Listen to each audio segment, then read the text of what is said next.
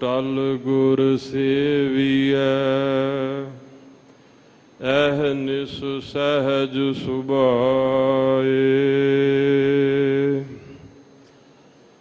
ਦਰਸ਼ਨ ਪਰਸੈ ਗੁਰੂ ਕੈ। ਜਨਮ ਮਰਨ ਦੁਖ ਜਾਏ। ਹੋਵੈ ਸਿਫਤ ਖਸਮ ਦੀ। ਨੂਰ ਅਰਸਹੁ ਕੁਰਸਹੁ ਝਟੀਐ। ਤੁਧ ਡਿਠੇ ਸੱਚੇ ਪਾਤਸ਼ਾਹ। ਮਲ ਜਨਮ ਜਨਮ ਦੀ ਕੱਟੀਐ। ਤੁਧ ਡਿਠੇ ਸੱਚੇ ਪਾਤਸ਼ਾਹ। ਮਲ ਜਨਮ ਜਨਮ ਦੀ ਕੱਟੀਐ। ਸਤਨਾਮ ਸ੍ਰੀ ਵਾਹਿਗੁਰੂ ਸਾਹਿਬ ਜੀ। ਰਾਮ ਸਿਮਰ ਰਾਮ ਸਿਮਰ ਰਾਮ ਸਿਮਰ ਭਾਈ। ਰਾਮ ਨਾਮ ਸਿਮਰਨ ਬਿਨਾ ਬੂਢਤੀ ਅਧਿਕਾਈ। ਰਾਮ ਸਿਮਰ ਰਾਮ ਸਿਮਰ ਰਾਮ ਸਿਮਰ ਭਾਈ। ਰਾਮ ਨਾਮ ਸਿਮਰਨ ਬਿਨਾ ਬੂਢਤੇ ਅਧਿਕਾਈ। ਰਹਾਉ ਬਨਤਾ ਸੁਤ ਦੇਹ ਗ੍ਰੇਹਾ।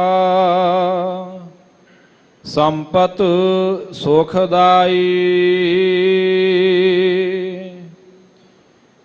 ਇਨ ਮੈਂ ਕਛ ਨਾਹਿ ਤੇਰੋ। ਕਾਲ ਅਵਧ ਆਈ। ਅਜਾਮਲ ਗਜ ਗਨਕਾ। ਪਾਤਿਤ ਕਰਮ ਕੀਨੇ। ਤੇਉ ਉਤਰ ਪਾਰ ਪਾਰੀ। ਰਾਮ ਨਾਮ ਲੀਨੇ। ਸੁਕਰ ਕੁਕਰ ਜੋਨ ਭ੍ਰਮੇ। ਤਉ ਲਾਜ ਨਾ ਆਈ। ਰਾਮ ਨਾਮ ਛਾੜ ਅੰਮ੍ਰਿਤ। ਕਾਹੀ ਬਿਖ ਖਾਈ। ਤਜ ਭਰਮ ਕਰਮ ਬਿਦਨ ਖੇਦ।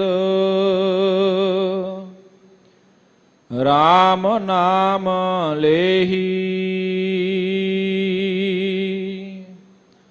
ਗੁਰ ਪ੍ਰਸਾਦ ਜਨ ਕਬੀਰ। ਰਾਮ ਕਰ ਸਨੇਹੀ। ਤਜ ਭਰਮ ਕਰਮ ਬਿਦਨ ਖੇਦ। ਰਾਮ ਨਾਮ ਲੇਹੀ। ਗੁਰ ਪ੍ਰਸਾਦ ਜਨ ਕਬੀਰ। ਰਾਮ ਕਰ ਸਨੇਹੀ। ਵਾਹਿਗੁਰੂ ਜੀ ਕਾ ਖਾਲਸਾ ਵਾਹਿਗੁਰੂ ਜੀ ਕੀ ਫਤਿਹ। ਗੁਰੂ ਸਰੂਪ ਗੁਰੂ ਪਿਆਰੀ ਗੁਰੂ ਖਾਲਸਾ ਸਾਹਿਬ ਸਤਿਗੁਰਾਂ ਦੀ ਸਾਜੀ ਨਿਵਾਜੀ ਸਾਧ ਸੰਗਤ ਜੀ, ਅੰਤਰਜਾਮੀ ਅਕਾਲ ਪੁਰਖ ਵਾਹਿਗੁਰੂ ਜੀ ਦੀ ਮਹਾਨ ਬਖਸ਼ਿਸ਼, ਰਹਿਮਤ ਕਿਰਪਾ ਦਾ ਪ੍ਰਤੀਕ ਇਹ ਸਮਾਂ ਹੈ ਜੋ ਅਸੀਂ ਸਾਰੇ ਧੰਨ ਸਤਿਗੁਰੂ ਸ੍ਰੀ ਗੁਰੂ ਰਾਮਦਾਸ ਮਹਾਰਾਜ ਸੱਚੇ ਪਾਤਸ਼ਾਹ ਜੀ ਦੇ ਪਾਵਨ ਦਰਬਾਰ ਦੇ ਦਰਸ਼ਨ ਇਸ਼ਨਾਨ ਕਰ ਰਹੇ ਹਾਂ। ਬਹੁਤ ਵੱਡੇ ਭਾਗ ਹਨ, ਵਾਹਿਗੁਰੂ ਜੀ ਦੀ ਮਿਹਰ ਹੈ। ਨਿਤ ਦੇ ਨਿਯਮ ਦੇ ਮੁਤਾਬਕ ਸਭ ਸੈ ਊਪਰ ਗੁਰ ਸ਼ਬਦ ਵਿਚਾਰ, ਹੋਰ ਕਥਨੀ ਬਦਉ ਨਾ ਸਗਲੀ ਛਾਰ।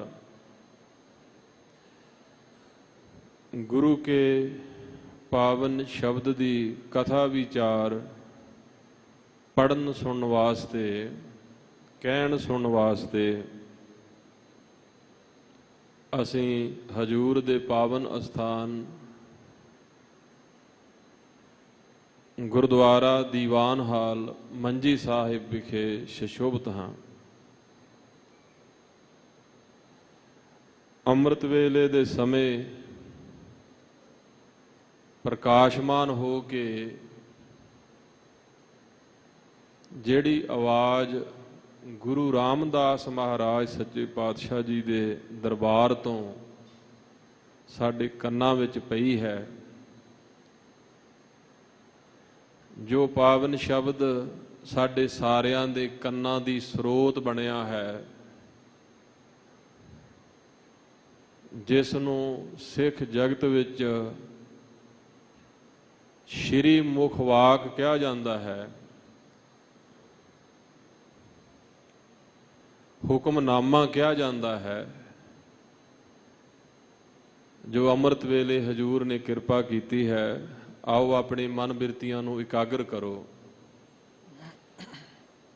ਅਰਦਾਸ ਕਰੋ ਸਤਿਗੁਰੂ ਜੀ ਸਾਨੂੰ ਆਪਣੇ ਸ਼ਬਦ ਵਿੱਚ ਜੁੜਨ ਦਾ ਬਲ ਬਖਸ਼ਿਸ਼ ਕਰਨ।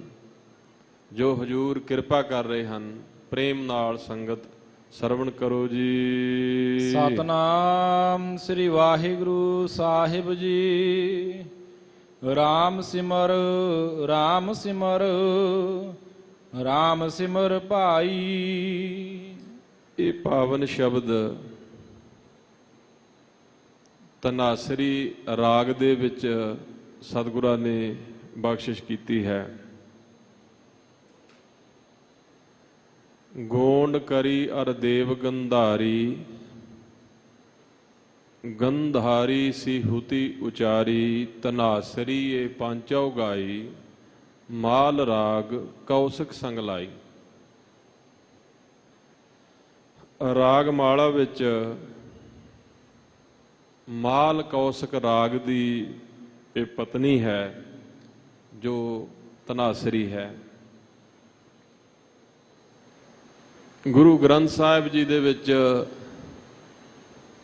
ਧਨਾਸਰੀ ਰਾਗ ਕਹਿ ਕੇ ਸੰਬੋਧਨ ਕੀਤਾ ਹੈ, ਰਾਗਾਂ ਦਾ ਦਰਜਾ ਹੈ।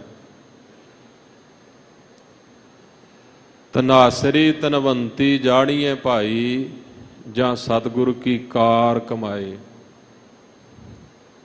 ਤਨ ਮਨ ਸੌਂਪੇ ਜੀ ਸੋ ਭਾਈ, ਲਏ ਹੁਕਮ ਫਿਰਾਓ। ਧਨਾਸਰੀ ਜਿਹੜੇ ਧਨ ਦਾ ਸਰੋਵਰ ਨੇ, ਧਨ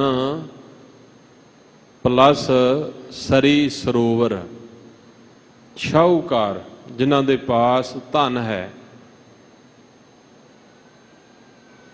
ਇੱਧਰ ਜਿਨ੍ਹਾਂ ਦੇ ਪਾਸ ਨਾਮ ਰੂਪੀ ਧਨ ਹੈ, ਉਹ ਸ਼ਾਹੂਕਾਰ ਨੇ, ਅਸਲੀ ਧਨ ਵਾਲੇ ਹਨ। ਭਾਗਟ ਸੱਚਾ ਸੋਏ ਹੈ, ਜਿਸ ਹਰ ਧਨ ਅੰਤਰ। ਸੋ ਛੂਟੈ ਮਹਾ ਜਾਲ ਤੇ, ਜਿਸ ਗੁਰ ਸ਼ਬਦ ਨਿਰੰਤਰ। ਰੱਬ ਦੇ ਪਿਆਰੇ ਉਹ ਨਾਮ ਰੂਪੀ ਧਨ ਦੇ ਸਰੋਵਰ ਬਣ ਜਾਂਦੇ ਆ। ਉਹਨਾਂ ਦੇ ਪਾਸ ਨਾਮ ਰੂਪੀ ਧਨ ਹੈ। ਜਿਨ ਕੈ ਪੱਲੇ ਧਨ ਵਸੈ ਤਿਨ ਕਾ ਨਾਉ ਫਕੀਰ, ਜਿਨ ਕੈ ਹਿਰਦੈ ਤੂੰ ਵਸੈ ਹੈ ਤੇ ਨਰ ਗੁਣੀ ਗਹੀਰ। ਅਥਵਾ ਜਿਹੜੇ ਰੱਬ ਦੀਆਂ ਗੱਲਾਂ ਕਰਦੇ ਆ, ਰੱਬ ਦੀ ਕਥਾ ਕਰਦੇ ਆ, ਉਹਨਾਂ ਨੂੰ ਵੀ ਧਨ ਵਾਲੇ ਬਾਣੀ 'ਚ ਕਿਹਾ ਹੈ, RAM ਨਾਮ ਜੋ ਕਰਹਿ ਵਿਚਾਰ ਸੇ ਧਨਵੰਤ ਗਨੀ ਸੰਸਾਰ। ਜਿਹੜੇ ਰੱਬ ਦੇ ਨਾਮ ਦੀ ਵਿਚਾਰ ਵਿੱਚ ਲੱਗੇ ਰਹਿੰਦੇ ਆ, ਰੱਬ ਦੇ ਨਾਮ ਦੀ ਕਥਾ ਦੇ ਕਥਨ ਵਿੱਚ ਆਪਣੇ ਮਨ ਨੂੰ ਸਦਾ ਪਰਚਾਉਂਦੇ ਆ, ਨਾਮ ਦੀ ਮਹਿਮਾ ਨੂੰ ਆਪਣੇ ਮਨ ਵਿੱਚ ਸਦਾ ਸਮਝਦੇ ਆ, ਨਾਮ ਕੀ ਨਾਮਨਾ ਸਬਤ ਦੀਪਾ, ਉਹ ਸ੍ਰੇਸ਼ਟ ਧਨ ਵਾਲੇ ਹਨ। ਧਨਾਸਰੀ ਰਾਗ ਹੈ। ਰਾਗੀ ਸਿੰਘ ਦਿਨ ਦੇ ਤੀਸਰੇ ਪਹਿਰ ਵਿੱਚ ਇਸ ਰਾਗ ਨੂੰ ਗਾਉਂਦੇ ਆ। ਹਰ ਰਾਗ ਹਰ ਸਮੇਂ ਨਹੀਂ ਪੜ੍ਹਿਆ ਜਾਂਦਾ। ਰਾਗਾਂ ਨੂੰ ਪੜ੍ਹਨ ਦਾ, ਗਾਉਣ ਦਾ ਸਮਾਂ ਹੈ। ਸਮੇਂ ਨਾਲ ਔਰ ਠੀਕ ਢੰਗ ਨਾਲ ਗਾਇਆ ਹੋਇਆ ਰਾਗ ਬਰਸਦਾ ਹੈ, ਸਰੋਤਿਆਂ ਦੇ ਮਨਾਂ ਤੇ ਉਹ ਅਸਰ ਕਰਦਾ ਹੈ। ਦਿਨ ਦੇ ਤੀਸਰੇ ਪਹਿਰ ਗੁਰੂ ਸਵਾਰੇ ਰਾਗੀ ਸਿੰਘ ਰਾਗਾਂ ਨੂੰ ਗਾਉਣ ਵਾਲੇ ਇਸ ਰਾਗ ਨੂੰ ਗਾਉਂਦੇ ਆ। ਕਬੀਰ ਸਾਹਿਬ ਦੀ ਰਸਨਾ ਤੋਂ ਮਹਾਰਾਜ ਜੀ ਨੇ ਇਹ ਬਚਨ ਉਚਾਰਿਆ ਹੈ, ਹਜ਼ੂਰ ਸਾਨੂੰ RAM ਦਾ ਸਿਮਰਨ ਕਰਨ ਵਾਸਤੇ ਕਹਿ ਰਹੇ ਹਨ। ਸਾਡੇ ਪਾਸ ਇੱਕ ਸਵਾਲ ਦਾ ਹਮੇਸ਼ਾ ਹੀ ਇਹ ਜਵਾਬ ਹੁੰਦਾ ਹੈ ਕਿ ਜਦੋਂ ਸਾਨੂੰ ਰੱਬ ਨਾਮ ਜਪਾਏਗਾ, ਜਦੋਂ ਗੁਰੂ ਜਪਾਏਗਾ, ਉਦੋਂ ਜਪਾਂਗੇ। ਜਦੋਂ ਗੁਰੂ ਸਾਹਿਬ ਨਾਮ ਜਪਾਉਣਗੇ ਉਦੋਂ ਹੀ ਜਪਣਾ ਹੈ, ਅਜੇ ਨਹੀਂ ਮੈਂ ਜਪਣਾ।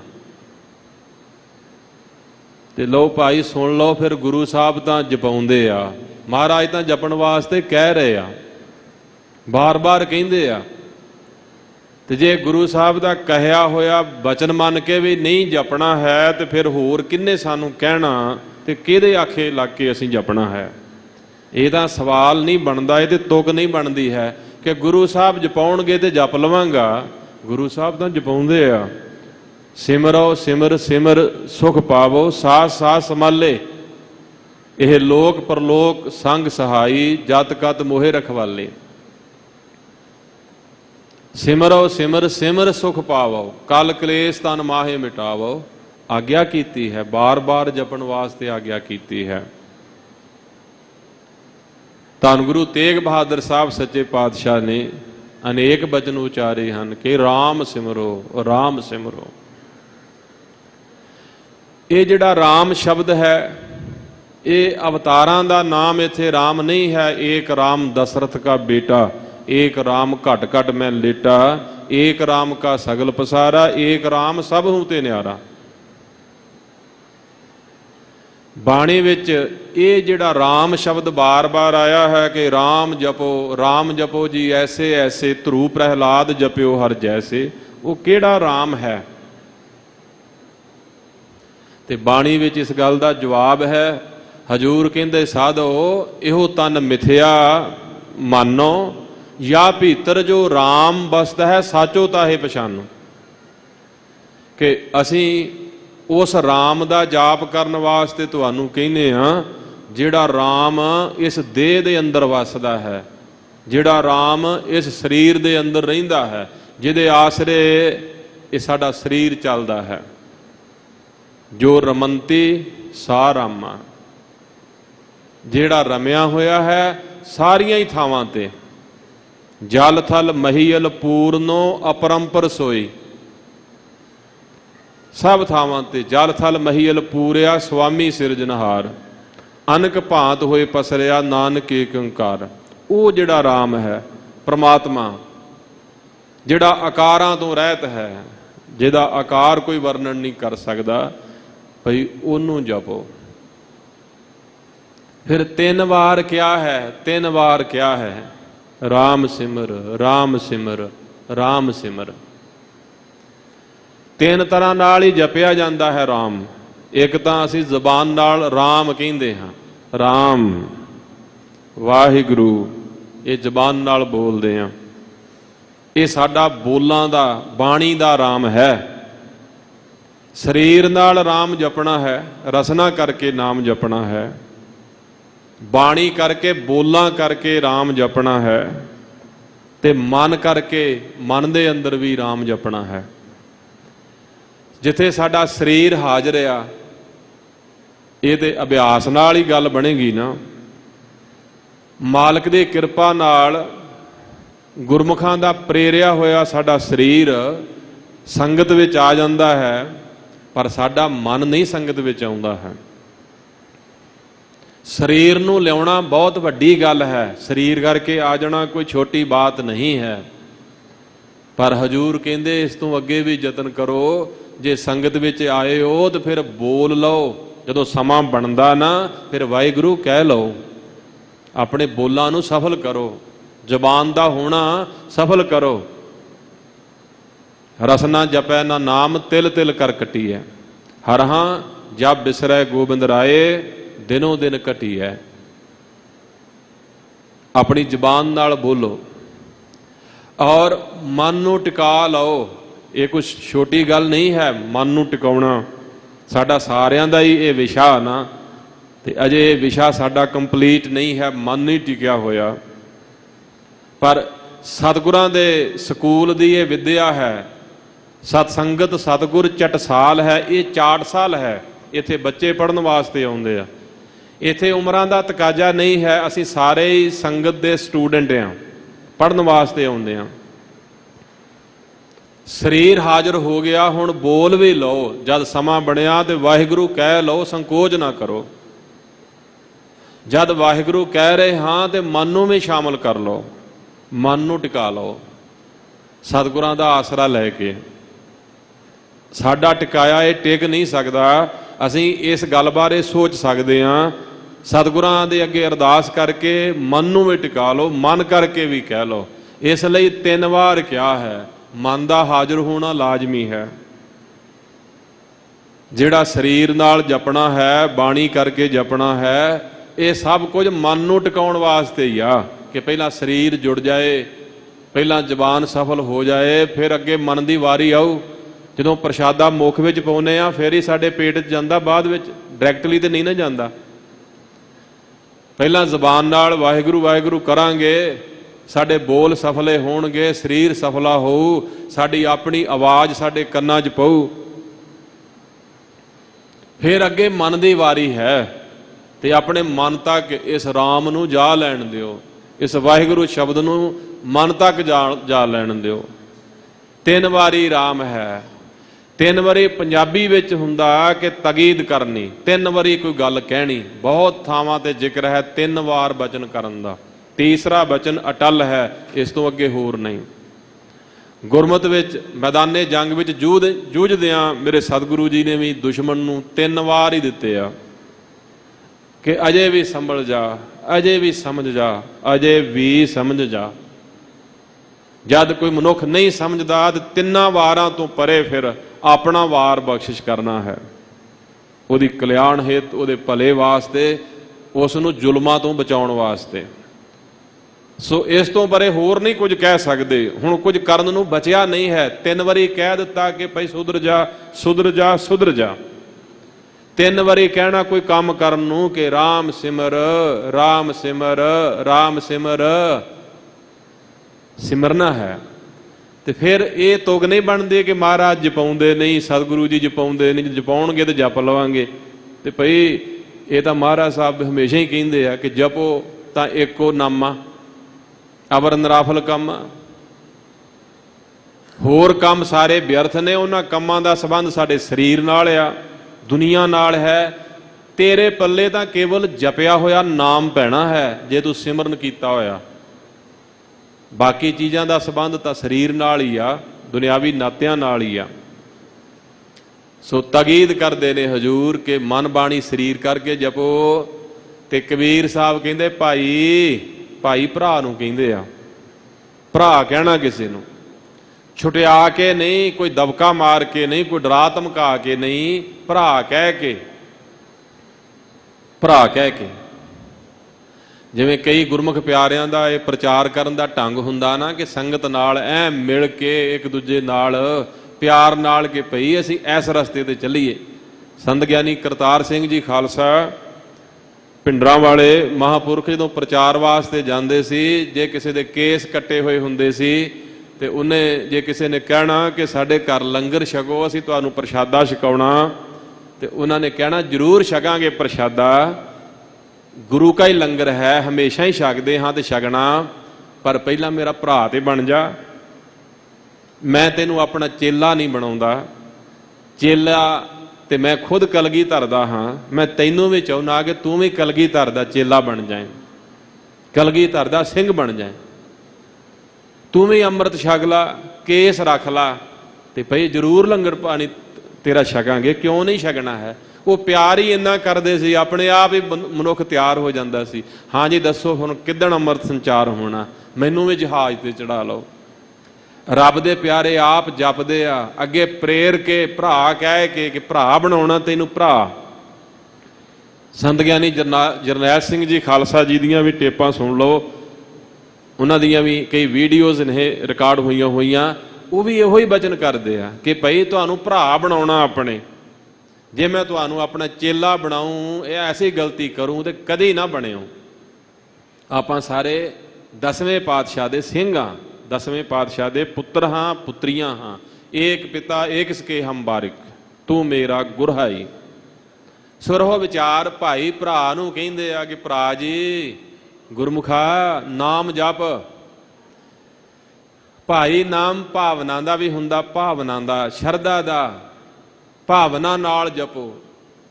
ਰਾਮ ਦਾ ਨਾਮ ਜਪਣਾ ਭਾਵਨਾ ਨਾਲ, ਪਿਆਰ ਨਾਲ, ਕੋਈ ਓੜਾ ਪੂਰਾ ਨਹੀਂ ਕਰਨਾ, ਕੋਈ ਫਾਰਮੈਲਿਟੀ ਨਹੀਂ ਕਰਨੀ।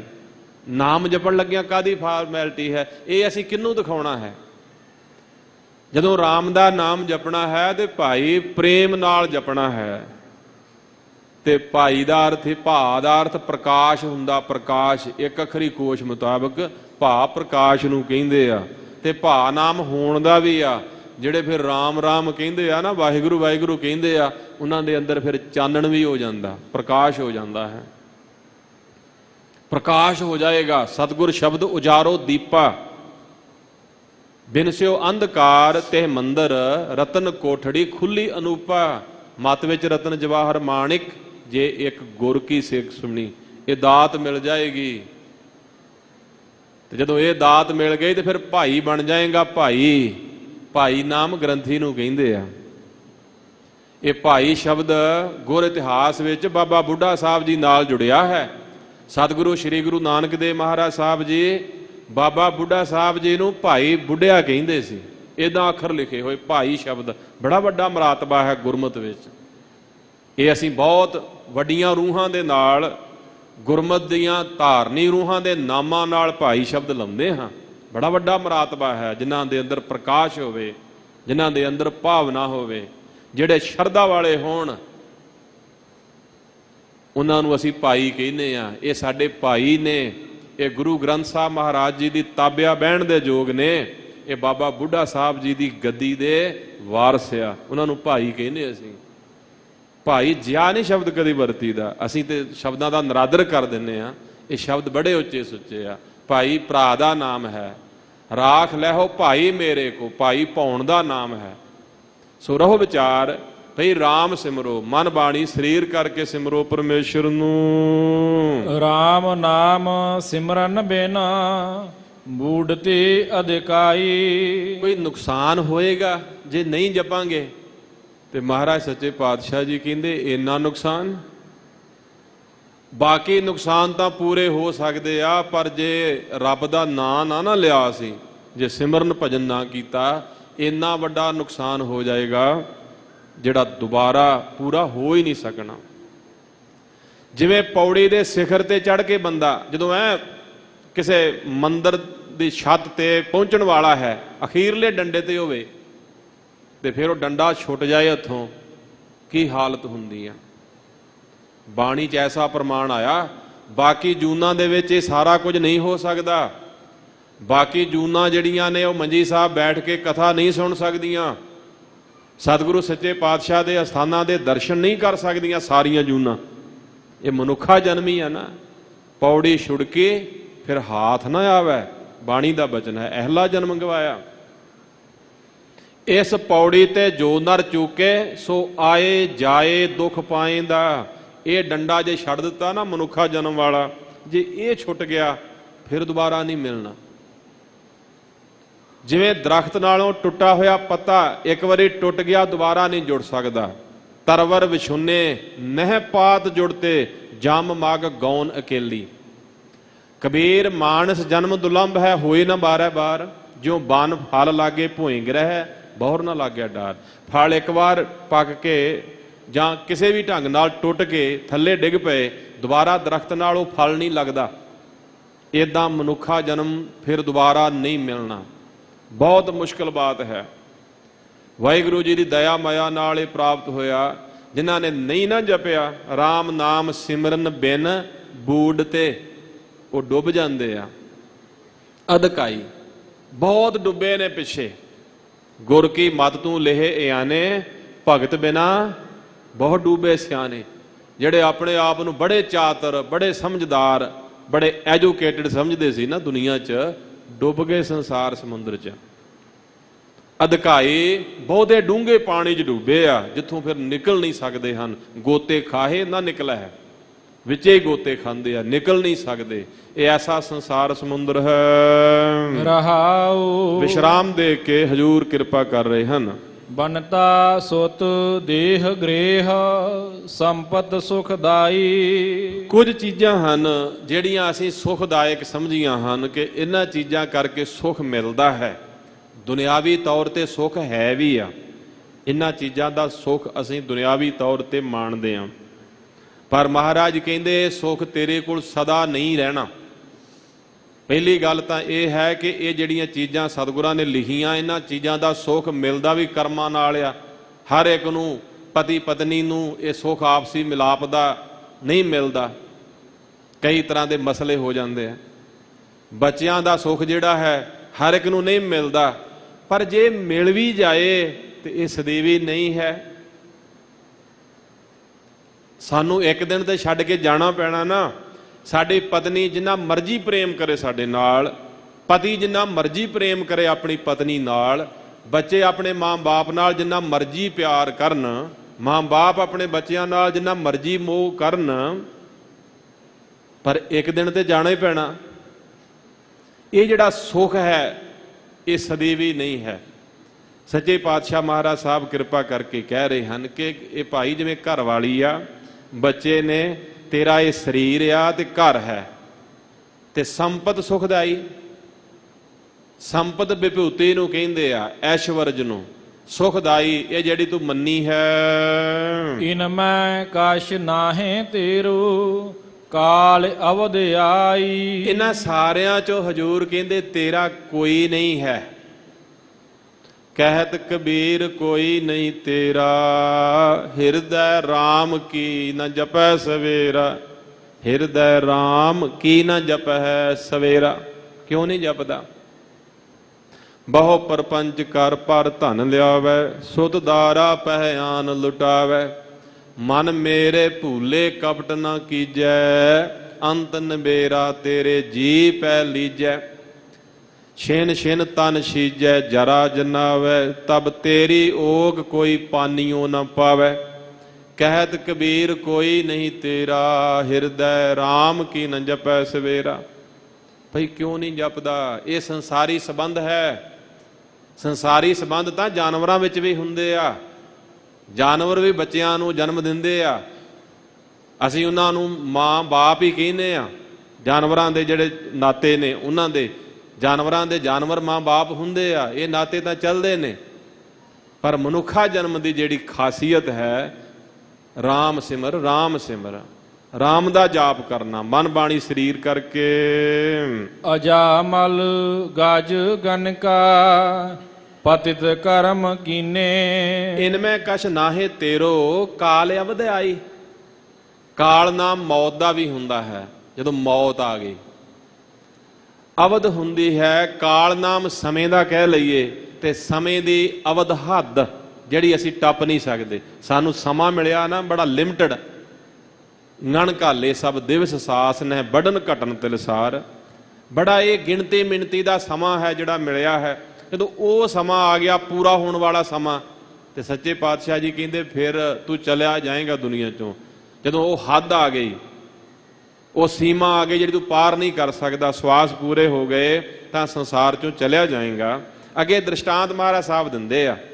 ਹਜੂਰ ਕਹਿੰਦੇ ਵੇਖ ਜਿਨ੍ਹਾਂ ਨੇ ਸਿਮਰਿਆ, ਕਿਹੜੇ ਕਿਹੜੇ ਜਪ ਕੇ ਜਿਨ੍ਹਾਂ ਦੀ ਕਲਿਆਣ ਹੋ ਗਈ, ਉਹ ਕੌਣ ਕੌਣ ਨੇ? ਅਜਾਮਲ, ਅਜਾਮਲ ਪਾਪੀ ਜਗ ਜਾਣੈ ਨਿਮਖ ਮਾਹੇ ਨਿਸਤਾਰਾ, ਨਿਮਖ ਮਾਤਰ ਦੇ ਸਮੇਂ 'ਚੋਂ ਤਰ ਗਿਆ। ਵੱਡੀਆਂ ਨੇ ਸਾਖੀਆਂ, ਸੰਖੇਪ ਰੂਪ ਹੈ। ਅਜਾਮਲ ਰਾਮ ਸਿਮਰ ਕੇ ਤਰਿਆ। ਅਜਾਮਲ ਨੇ ਗਲਤੀ ਕੀਤੀ।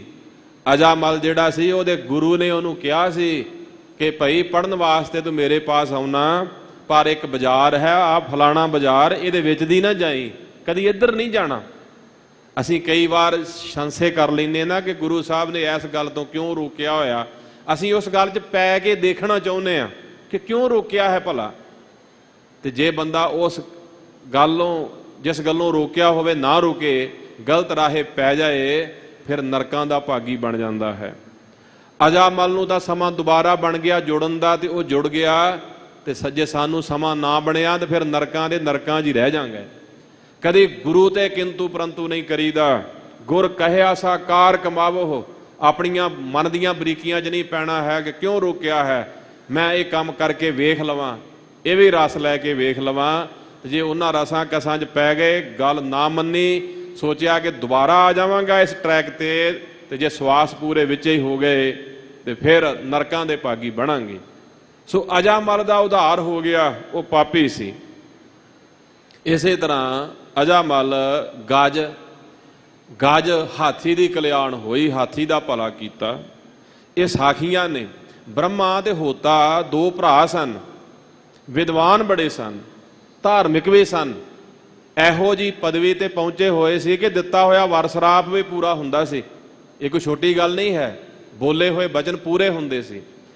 ਇੱਕ ਦਿਨ ਰਾਜੇ ਦੇ ਪਾਸ ਗਏ ਤੇ ਰਾਜੇ ਨੇ ਦੋਵਾਂ ਨੂੰ ਵੱਖਰੀ ਵੱਖਰੀ ਭੇਟਾ ਦਿੱਤੀ। ਕਈ ਵਾਰੀ ਇਹ ਵੀ ਮਸਲਾ ਬਣ ਜਾਂਦਾ, ਜੇ ਤੇ ਭੇਟਾ ਇੱਕੋ ਜਿਹੀ ਦਿੱਤੀ ਹੋਵੇ, ਦੋਵਾਂ ਨੂੰ ਇਕੱਠੇ ਹੀ ਰਹਿੰਦੇ ਸੀ, ਫਿਰ ਤੇ ਲੜਾਈ ਪੈਣ ਦਾ ਮਸਲਾ ਨਹੀਂ ਹੈ। ਜੇ ਸਾਂਝੀ ਭੇਟਾ ਦਿੱਤੀ ਹੋਵੇ ਫਿਰ ਵੀ ਵੰਡੀ ਜਾ ਸਕਦੀ, ਤਕਸੀਮ ਕੀਤੀ ਜਾ ਸਕਦੀ ਹੈ। ਪਰ ਵੱਖਰੇ ਵੱਖਰੇ ਦੋਵਾਂ ਨੂੰ ਭੇਟਾ ਦੇ ਦਿੱਤੀ, ਤੇ ਇੱਕ ਨੂੰ ਦੇ ਦਿੱਤੀ ਜ਼ਿਆਦਾ ਤੇ ਇੱਕ ਨੂੰ ਘੱਟ।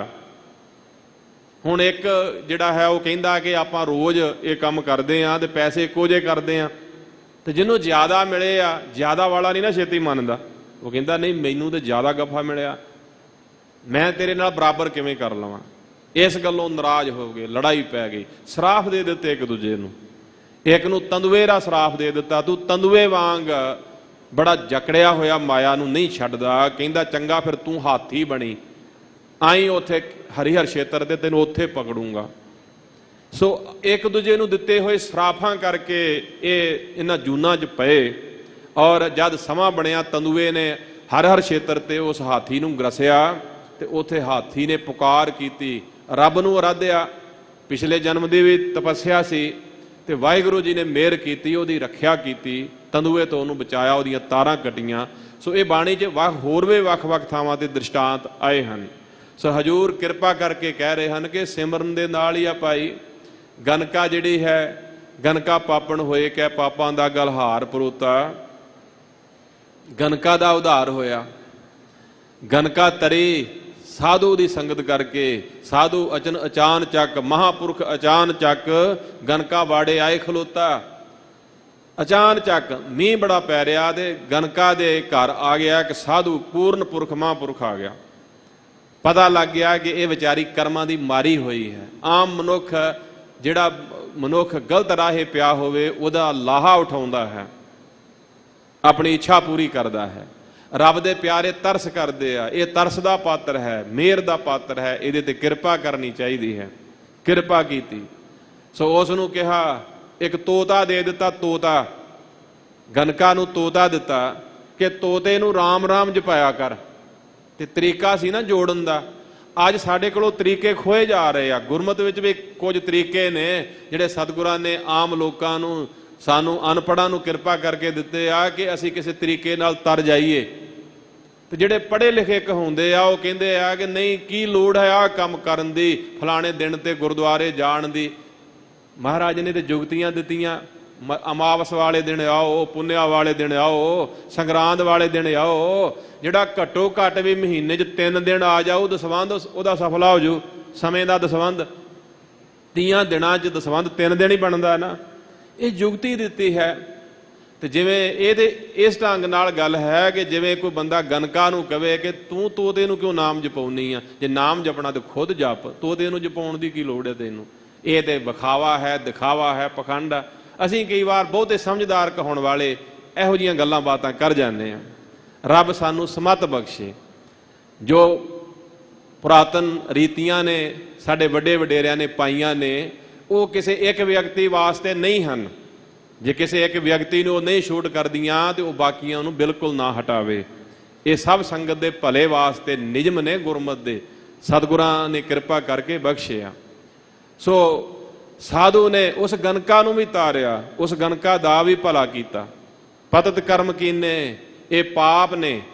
ਜਿਹੜਾ ਅਮਾਨਤ ਵਿੱਚ ਖਿਆਨਤ ਪਾਉਣੀ ਹੈ, ਗੱਜ ਵਾਲੀ, ਬ੍ਰਹਮੇ ਹੋਤੇ ਵਾਲੀ ਸਾਖੀ, ਇਹ ਵੀ ਪਾਪ ਹੈ।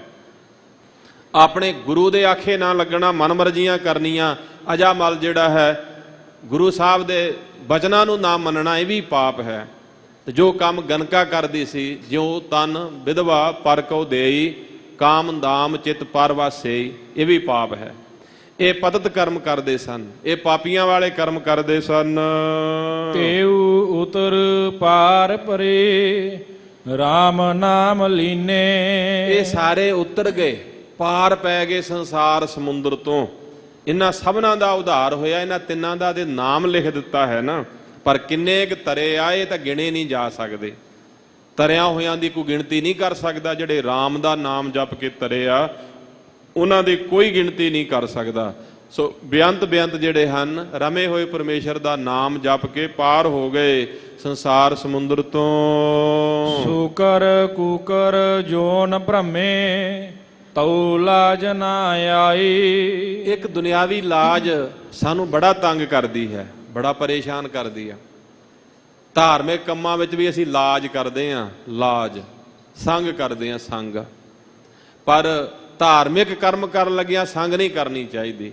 ਸਿਮਰਨ ਭਜਨ ਕਰਨ ਲੱਗਿਆਂ, ਨਾਮ ਜਪਣ ਲੱਗਿਆਂ ਸੰਗਣਾ ਨਹੀਂ ਚਾਹੀਦਾ। ਸਾਧ ਸੰਗ ਜਪ ਨਿਸੰਗ, ਮਨ ਨਿਧਾਨ ਧਾਰੇ। ਜਦੋਂ ਸੰਗਤ ਵਿੱਚ ਆ ਜਾਈਏ, ਇੱਥੇ ਨਹੀਂ ਸੰਸਾ ਕਰੀਦਾ, ਇੱਥੇ ਨਹੀਂ ਸੰਗੀਦਾ, ਇੱਥੇ ਸੰਗ ਲਾ ਦਈਦੀ ਹੈ। ਕਈ ਵਾਰ ਅਰਦਾਸੀਆ ਗੁਰਮੁਖ ਵੀ ਜਦੋਂ ਵਾਹਿਗੁਰੂ ਕਹਿੰਦਾ ਨਾ ਕਿ ਬੋਲੋ ਵਾਹਿਗੁਰੂ, ਅਸੀਂ ਸੰਗਦੇ ਹੀ ਰਹਿੰਦੇ, ਉਦੋਂ ਵੀ ਨਹੀਂ ਬੋਲਦੇ। ਆਪਣੀ ਜ਼ੁਬਾਨ ਨਹੀਂ ਸਫਲੀ ਕਰ ਪਾਉਂਦੇ ਕਿ ਮੇਰੇ ਲਾਗੇ ਵਾਲਾ ਨਾ ਮੇਰੇ ਵੱਲ ਕਿਤੇ ਝਾਕੇ ਕਿ ਇਹ ਬੜਾ ਉੱਚੀ ਉੱਚੀ ਬੋਲਦਾ, ਅੱਜ ਕੀ ਗੱਲ ਆ।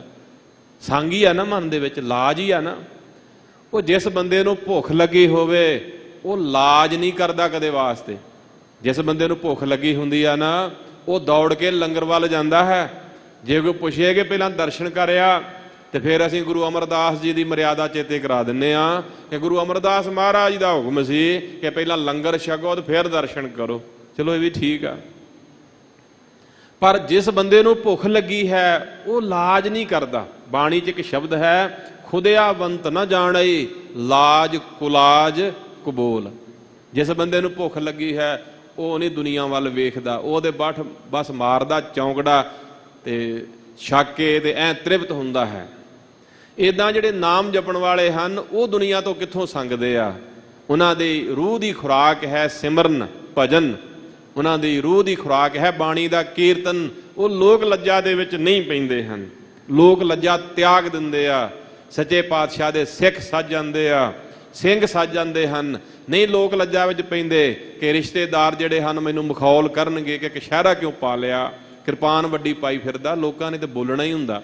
ਜਿਹੋ ਜਿਹਾ ਕਿਸੇ ਦਾ ਸੁਭਾਅ ਨਾ, ਉਹਨੇ ਤੇ ਆਪਣੇ ਸੁਭਾਅ ਮੁਤਾਬਕ ਗੱਲਾਂ ਕਰਨੀਆਂ ਹੀ ਨੇ। ਤੇ ਅਸੀਂ ਚੰਗੇ ਕੰਮ ਕਿਉਂ ਛੱਡੀਏ? ਅਸੀਂ ਤੇ ਗੁਰੂ ਸਾਹਿਬ ਦੇ ਆਖੇ ਲੱਗਣਾ ਹੈ। ਜੋ ਗੁਰਮਤਿ ਕਹਿੰਦੇ ਹੈ ਉਸ ਨੂੰ ਅਪਣਾਉਣਾ ਹੈ, ਨਾ ਕਿ ਦੁਨੀਆ ਨੂੰ ਅਪਣਾਉਣਾ ਹੈ ਕਿ ਦੁਨੀਆ ਕੀ ਕਹਿੰਦੀ ਆ। ਦੁਨੀਆ ਸਾਡੀ ਗੁਰੂ ਨਹੀਂ ਹੈ। ਗੁਰੂ ਸਾਡਾ ਕੌਣ ਆ? ਗੁਰੂ ਗ੍ਰੰਥ ਸਾਹਿਬ। ਫਿਰ ਆਖੇ ਕਿਹਦੇ ਲੱਗਣਾ? ਗੁਰੂ ਸਾਹਿਬ ਦੇ। ਲਾਜ ਕਿਹਦੀ ਕਰਨੀ ਹੈ? ਗੁਰੂ ਸਾਹਿਬ ਦੀ। ਕਬੀਰ ਸਾਹਿਬ ਨੂੰ ਕਿਹਾ ਸੀ, ਅਥਵਾ ਭਗਤ ਪ੍ਰਹਿਲਾਦ ਜੀ ਨੂੰ ਕਿਹਾ ਸੀ ਕਿ ਰਾਮ ਦਾ ਨਾਮ ਜਪਣਾ ਛੱਡ ਦੇ। ਕਹਿੰਦਾ ਨਹੀਂ ਨਹੀਂ, ਇਹ ਲਾਜ ਲੱਗਦੀ ਹੈ। ਇੱਕ ਰਾਮ ਨਾ ਛੱਡੋ ਗੁਰੈਗਾਰ, ਇਹ ਤਾਂ ਲਾਮਾ ਲੱਗੇਗਾ ਮੇਰੇ ਗੁਰੂ ਨੂੰ, ਜਿਹਨੇ ਮੈਨੂੰ ਨਾਮ ਦਿੱਤਾ। ਗੁਰੂ ਨੇ ਦਿੱਤਾ ਹੋਵੇ ਨਾਮ, ਕਿਸੇ ਦੂਜੇ ਦੇ ਆਖੇ ਲਾ ਕੇ ਛੱਡ ਦਈਏ, ਫਿਰ ਤੇ ਉਹ ਵੱਡਾ ਹੋ ਗਿਆ ਜਿਹਦੇ ਆਖੇ ਲੱਗ ਗਏ ਆਪਾਂ। ਗੁਰੂ ਤੋਂ ਛੋਟਾ ਕਰ ਦਿੱਤਾ। ਗੁਰੂ ਸਭ ਨਾਲੋਂ ਵੱਡਾ ਹੈ, ਸਭ ਤੇ ਵੱਡਾ ਸਤਿਗੁਰ ਨਾਨਕ ਜਿਨ ਕੱਲ ਰਾਖੀ ਮੇਰੀ। ਅਸੀਂ ਤਾਂ ਗੁਰੂ ਸਾਹਿਬ ਦੇ ਆਖੇ ਲੱਗਾਂਗੇ, ਦੁਨੀਆ ਦੇ ਆਖੇ ਨਹੀਂ ਲੱਗਾਂਗੇ। ਦੁਨੀਆ ਦੇ ਮਗਰ ਲੱਗ ਕੇ ਅਸੀਂ ਸਤਿਗੁਰਾਂ ਦਾ ਦਰ ਨਹੀਂ ਤਿਆਗਾਂਗੇ, ਗੁਰਮਤਿ ਦੇ ਨਿਯਮ ਨਹੀਂ ਤਿਆਗਾਂਗੇ। ਸੋ ਦੁਨਿਆਵੀ ਤੌਰ ਤੇ ਬੰਦਾ ਲਾਜ ਦੀਆਂ ਗੱਲਾਂ ਕਰਦਾ ਹੈ, ਤੇ ਮਹਾਰਾਜ ਸੱਚੇ ਪਾਤਸ਼ਾਹ ਕਹਿੰਦੇ ਵੱਡਾ ਤੂੰ ਲਾਜ ਵਾਲਾ ਬਣਿਆ ਫਿਰਦਾ। ਸੂਰ ਦੀ ਜੂਨ ਨੇ ਪਿਆ ਸੀ, ਕੂਕਰ ਦੀ ਜੂਨ ਵਿੱਚ ਪਿਆ ਸੀ, ਉਦੋਂ ਤੈਨੂੰ ਲਾਜ ਕਿਉਂ ਨਹੀਂ ਆਈ?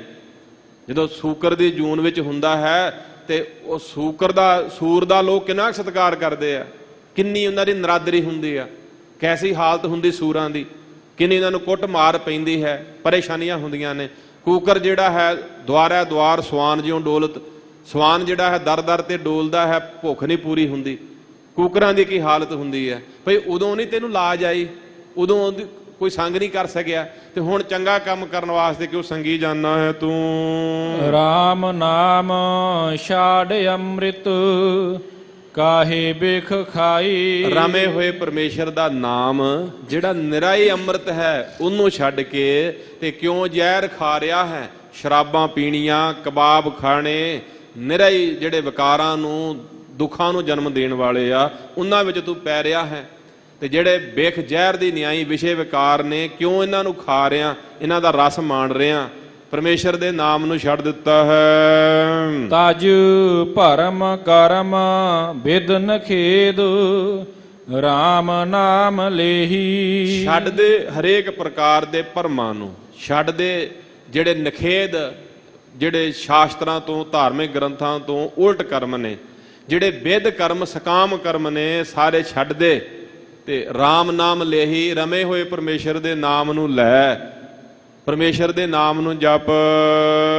ਗੁਰ ਪ੍ਰਸਾਦ ਜਨ ਕਬੀਰ ਰਾਮ ਕਰ ਸਨੇਹੀ। ਭਗਤ ਕਬੀਰ ਸਾਹਿਬ ਜੀ ਮਹਾਂਪੁਰਖ ਕਹਿੰਦੇ ਆ ਕਿ ਗੁਰੂ ਕੀ ਕਿਰਪਾ ਨਾਲ ਗੁਰਮੁਖਾ ਰਮੇ ਹੋਏ ਪਰਮੇਸ਼ਰ ਦੇ ਨਾਮ ਨਾਲ ਕਿਤੇ ਪ੍ਰੇਮ ਕਰ ਲਾ। ਹੋਰਨਾਂ ਚੀਜ਼ਾਂ ਨਾਲ ਬੜਾ ਪ੍ਰੇਮ ਪਾਇਆ ਹੋਇਆ, ਤੂੰ ਰਾਮ ਨਾਲ ਪ੍ਰੇਮ ਕਰ। ਰਮੇ ਹੋਏ ਪਰਮੇਸ਼ਰ ਵਾਹਿਗੁਰੂ ਜੀ ਨਾਲ ਪਿਆਰ ਕਰ, ਤੇਰੇ ਤੇ ਗੁਰੂ ਕਿਰਪਾ ਕਰੇ ਔਰ ਤੂੰ ਨਾਮ ਜਪੇ। ਸੋ ਇਹ ਪਰਮ ਪਵਿੱਤਰ ਉਪਦੇਸ਼ ਮੇਰੇ ਸਤਿਗੁਰੂ ਜੀ ਨੇ ਕਿਰਪਾ ਕਰਕੇ ਬਖਸ਼ਿਆ ਹੈ। ਖਾਲਸਾ ਜੀਓ, ਵਿਚਾਰ ਕਰਦਿਆਂ ਬੇਅੰਤ ਭੁੱਲਾਂ ਹੋਣੀਆਂ ਸੁਭਾਵਿਕ ਹਨ। ਮੇਰੇ ਸਤਿਗੁਰੂ ਜੀ ਬਖਸ਼ਣਹਾਰ ਹਨ, ਗੁਰੂ ਕੀ ਸੰਗਤ ਬਖਸ਼ਣ ਯੋਗ ਹੈ। ਕਿਰਪਾ ਕਰਕੇ ਬਖਸ਼ ਲੈਣਾ, ਅੱਗੇ ਵਾਸਤੇ ਸਮੱਤ ਬਖਸ਼ਿਸ਼ ਕਰਨੀ। ਗੁਰੂ ਰਾਮਦਾਸ ਮਹਾਰਾਜ ਜੀ ਦਾ, ਦਸਾਂ ਪਾਤਸ਼ਾਹੀਆਂ ਦੀ ਜੋਤ ਸਤਿਗੁਰੂ ਸ੍ਰੀ ਗੁਰੂ ਗ੍ਰੰਥ ਸਾਹਿਬ ਸੱਚੇ ਪਾਤਸ਼ਾਹ ਜੀ ਦਾ ਕੋਟਾਨ ਕੋਟ ਧੰਨਵਾਦ। ਸਿੰਘ ਸਾਹਿਬ ਜੀ ਦਾ, ਮਹਾਂਪੁਰਸ਼ਾਂ ਦਾ, ਗਿਆਨੀ ਜਗਤਾਰ ਸਿੰਘ ਜੀ, ਉਹਨਾਂ ਦਾ ਧੰਨਵਾਦ ਜਿਨ੍ਹਾਂ ਨੇ ਰੱਬ ਵਰਗੀਆਂ ਸੰਗਤਾਂ ਦੇ ਦਰਸ਼ਨ ਕਰਵਾਏ ਆ। ਉਹਨਾਂ ਨੇ ਸਿੱਖ ਕੌਮ ਦੇ ਵਿਦਵਾਨਾਂ ਦਾ ਬੜਾ ਇਹ ਸੁੰਦਰ ਗੁਲਦਸਤਾ ਬਣਾਇਆ ਹੋਇਆ, ਤੇ ਇਸ ਗੁਲਦਸਤੇ ਦੇ ਜਿਹੜੇ ਫੁੱਲ ਨੇ ਵੱਖਰੇ ਵੱਖਰੇ, ਉਹਨਾਂ ਦੀ ਕੈਸੀ ਸੁਗੰਧੀ ਹੈ, ਮਹਿਕ ਹੈ, ਉਹ ਸੰਗਤਾਂ ਦੇ ਸਾਹਮਣੇ ਸਾਰਿਆਂ ਸਿੰਘਾਂ ਨੂੰ ਕਰਦੇ ਰਹਿੰਦੇ ਆ। ਇਹ ਉਹਨਾਂ ਦਾ ਸੁਚੱਜਾ ਉਪਰਾਲਾ ਹੈ। ਸੱਚੇ ਪਾਤਸ਼ਾਹ ਜੀ ਦੀ ਕਿਰਪਾ ਨਾਲ ਦਾਸ ਨੂੰ ਵੀ ਸੁਭਾਗ ਪ੍ਰਾਪਤ ਹੋਇਆ ਸਤਿਗੁਰਾਂ ਦੇ ਦੀਦਾਰ ਕਰਨ ਦਾ, ਸੰਗਤ ਦੀ ਸੇਵਾ ਕਰਨ ਦਾ। ਬਹੁਤ ਬਹੁਤ ਸਮੂਹ ਸੇਵਾਦਾਰਾਂ ਦਾ, ਗੁਰਮੁਖਾਂ ਦਾ ਧੰਨਵਾਦ। ਸੋ ਆਓ ਦੋ ਪੰਕਤੀਆਂ ਪੜ੍ਹ ਕੇ ਸਮਾਪਤੀ ਕਰੀਏ ਜੀ। ਤਜ ਪਰਮ ਕਰਮ ਬਿਦ ਨਖੇਦ ਰਾਮ ਨਾਮ ਲੇਹੀ। ਗੁਰ ਪ੍ਰਸਾਦ ਜਨ ਕਬੀਰ ਰਾਮ ਕਰ ਸਨੇਹੀ। ਵਾਹਿਗੁਰੂ ਜੀ ਕਾ ਖਾਲਸਾ, ਵਾਹਿਗੁਰੂ ਜੀ ਕੀ ਫਤਿਹ।